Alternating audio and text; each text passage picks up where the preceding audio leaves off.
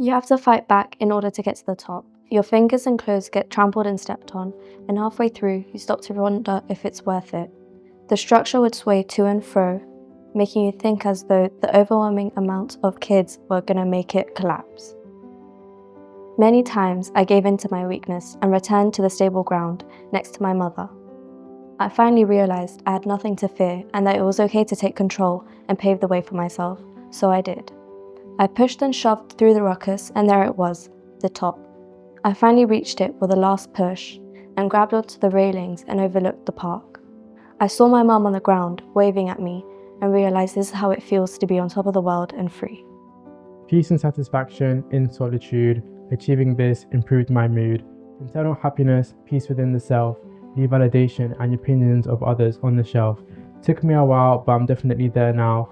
I learned with time and look what I found. 100% I'm definitely me. This is something private, no need to share.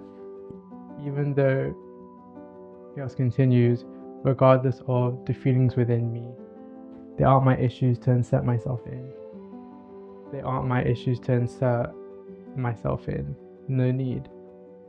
My hair, eyes, face, unique. Also my internal thoughts, they are also only me.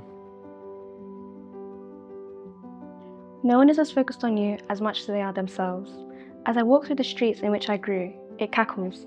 They're all laughing at you, hyper aware of any glare, of any stare. My heart begins to race, my feet can't seem to pace. Am I walking okay? My mind can't seem to obey. It rushes through my mind, the peace seems hard to find. I want to feel okay, can I make it through the day? I finally reach my place, sweat drips down my face.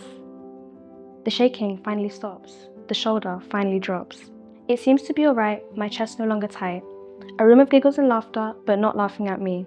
The voice, it quietens, a realization enlightens. In my brain it delves, no one is as focused on you as much as they are on themselves.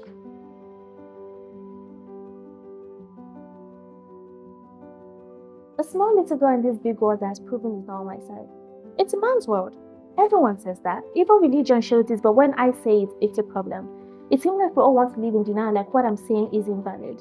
Even my colleagues and friends are very terrified of being called that word. Feminist, oh, what an abomination. I'm being dramatic, focusing on things that don't exist. And even when misogynistic remarks are made, I'm supposed to take them as a joke. Oh, why are girls like this? Girls are too dramatic. Girls can't lead. They're going to make rash decisions, especially when they're on their period. Oh, so when I bleed, I'm not supposed to make a sound. The sight of blood on my dress is so unclean and should be prohibited. But when your favorite sports team loses, you break a plate. The sound of it shattering annoys me, but I'm not supposed to flinch. Because can't you see he's sad? Arsenal lost. So when I bleed and cry, it's wrong, but you fly? The fact that we've demonized the idea of equality is without doubt ironic. We're constantly making slurs and jokes about women, how they look, what they're doing, everything except how they're doing. We're dolls. We're meant to see and look pretty, not make a sound. We don't deserve a break because what are we doing anyways? So I said stand up for me and other girls out there. But speaking through them is the system I'm trying to fight. But how can you fight that system if it's living with them? Can you blame them though? They're just small little girls in this big world that's proving it's not on their side.